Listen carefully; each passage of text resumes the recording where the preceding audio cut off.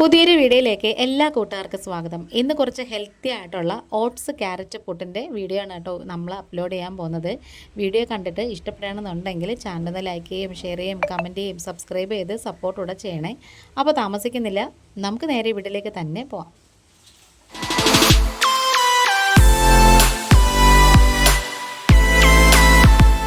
ആദ്യം നമുക്ക് ഈ ഓട്സൊക്കെ ഒന്ന് പൊടിച്ചെടുക്കാം. മെഷറിംഗ് കപ്പിൻ്റെ 240 ml 2 കപ്പ് ഓട്സ് ആണ് കേട്ടോ ഞാനിപ്പോൾ മിക്സിയുടെ നല്ല ഡ്രൈ ആയിട്ടുള്ള ജാറിലേക്ക് ഇട്ട് കൊടുത്തത്.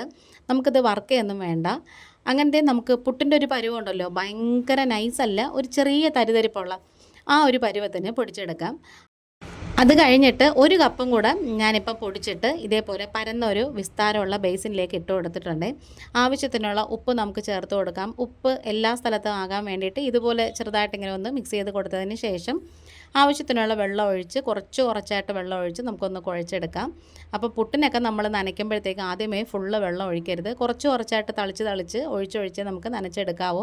അതുപോലെ തന്നെ ഇത് ഓട്സിൻ്റെ പൊടിയും കൂടെ ആകുമ്പോഴത്തേക്കും പെട്ടെന്ന് അങ്ങ് കട്ട കെട്ടുന്ന പോലെ ആയിപ്പോവേ. അതുകൊണ്ട് തന്നെ കുറച്ചായിട്ട് വെള്ളം ഒഴിച്ച് നമുക്ക് നന്നായിട്ട് നനച്ച് കുതിർത്തങ്ങ് എടുക്കാവേ. ഓട്സ് എന്നൊക്കെ പറയുമ്പം നല്ല ഹെൽത്തി ആയിട്ടുള്ളൊരു സംഭവമാണ്. അപ്പം അതുപോലെ ഓട്സായിട്ട് ഇങ്ങനെ കുടിക്കാൻ മടിയൊക്കെ ഉണ്ടെങ്കിൽ ഇതേപോലെ പുട്ടൊക്കെ നമ്മൾ പുഴുങ്ങി കഴിക്കുകയാണെങ്കിൽ നല്ല ടേസ്റ്റാണ്, ഒരു വെറൈറ്റി ടേസ്റ്റും കൂടിയാണ് കേട്ടോ. ഇനി ഈ മാവൊക്കെ ഒന്ന് സെറ്റാകാൻ വേണ്ടിയിട്ടൊന്ന് തട്ടിപ്പൊത്തി വയ്ക്കാം. ഞാനിവിടെ 2 ടേബിൾ സ്പൂണ് ഗോതമ്പ് പൊടിയും കൂടി എടുത്തിട്ടുണ്ട്.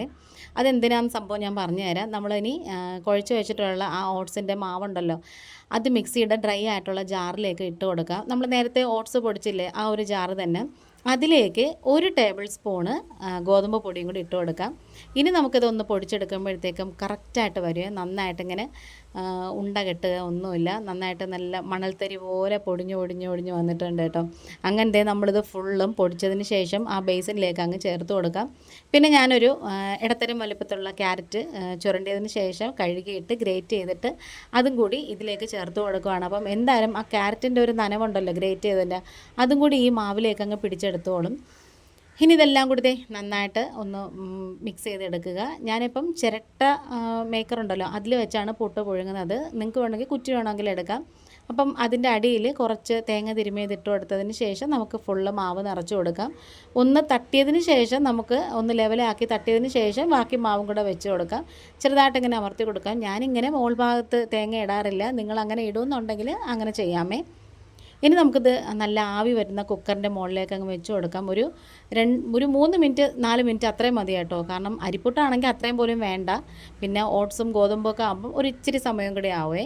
അപ്പോൾ നമ്മുടെ വീഡിയോ വൈൻഡപ്പ് ചെയ്യാറായി. ഇന്നിപ്പോൾ ഇത്രയേ ഉള്ളൂ. വീണ്ടും വരാം. താങ്ക്